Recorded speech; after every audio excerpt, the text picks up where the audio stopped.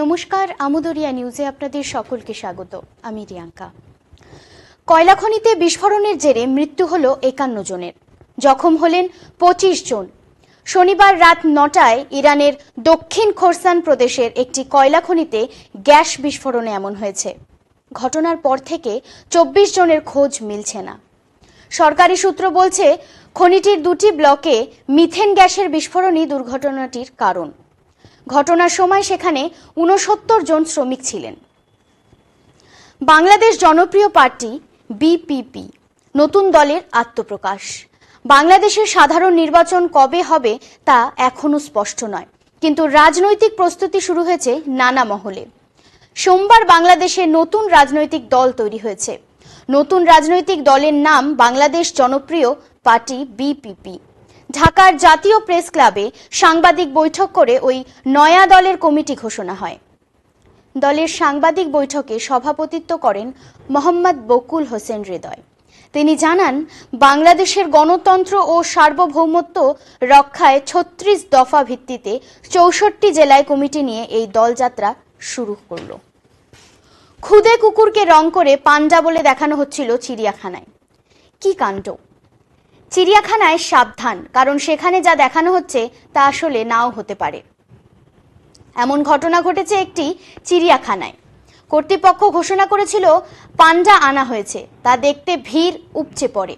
Ticket বিক্রি হয় ভালো, কিন্তু কয়েকদিন পরেই একজন পান্ডা বলে যে প্রাণীগুলি দেখানো হচ্ছিল তার ভিডিও জুম করতে গিয়ে দেখে সেগুলি কুকুরের মতো ঘন ঘন লেজ নাড়াচ্ছে, জিভ বের করে হাঁপাচ্ছে, এমনকি চিৎকার করে ডাকলে কয়েকটি পান্ডা ঘেউ ঘেউ করে ডেকে উঠছে।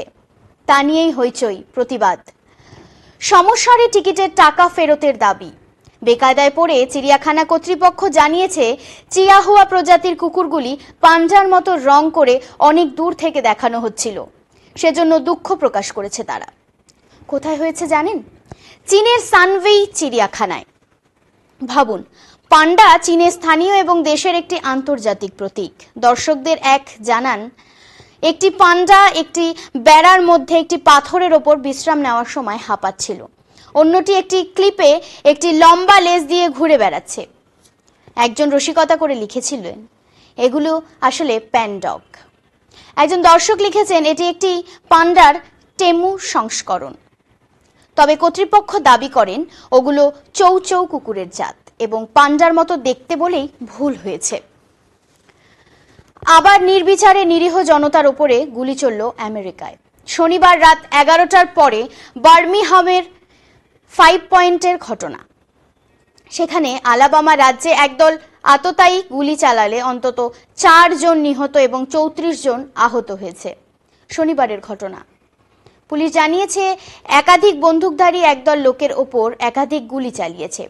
অফিসাররা 2 প্রাপ্তবয়স্ক পুরুষ এবং একজন প্রাপ্তবয়স্ক মহিলাকে খুঁজে পেয়েছেন, যারা ফুটপাতে বন্দুকের গুলির আঘাতে মারা গিয়েছেন। ঘটনাস্থলেই 3 জনকে মৃত ঘোষণা করা হয়। তিনি আরও বলেন, স্থানীয় হাসপাতালে চতুর্থ একজন মারা যান। ফেডারেল ব্যুরো অফ ইনভেস্টিগেশন জানিয়েছে, চলতি বছরে আমেরিকায় নানা এলাকায় এনন আততায়ীদের গুলিতে কমপক্ষে 12,416 জন নিহত হয়েছেন। কদিন আগেই ইসরায়েলের বিরুদ্ধে রাষ্ট্রসংঘের বেশিরভাগ সদস্য প্রস্তাব গ্রহণ করেছেন। সেই সময় ভোটাভুটি থেকে বিরত ছিল ভারত। তা নিয়ে অনেক আলোচনা হয়েছিল, কিন্তু আমেরিকায় রাষ্ট্রসংঘের সাধারণ অধিবেশনে অংশগ্রহণের ফাঁকে ভারতের প্রধানমন্ত্রী নরেন্দ্র মোদী প্যালেস্টাইনের রাষ্ট্রপতি মাহমুদ আব্বাসের সঙ্গে দেখা করেন। সেখানে তিনি গাজায় মানবিক সংকট নিয়ে উদ্বেগ প্রকাশ। আমেরিকায় 3 দিনের সফরে প্রধানমন্ত্রী নরেন্দ্র মোদী বেশ কয়েকটি বিশ্ব নেতার সাথে দ্বিপাক্ষিক বৈঠক করেছিলেন।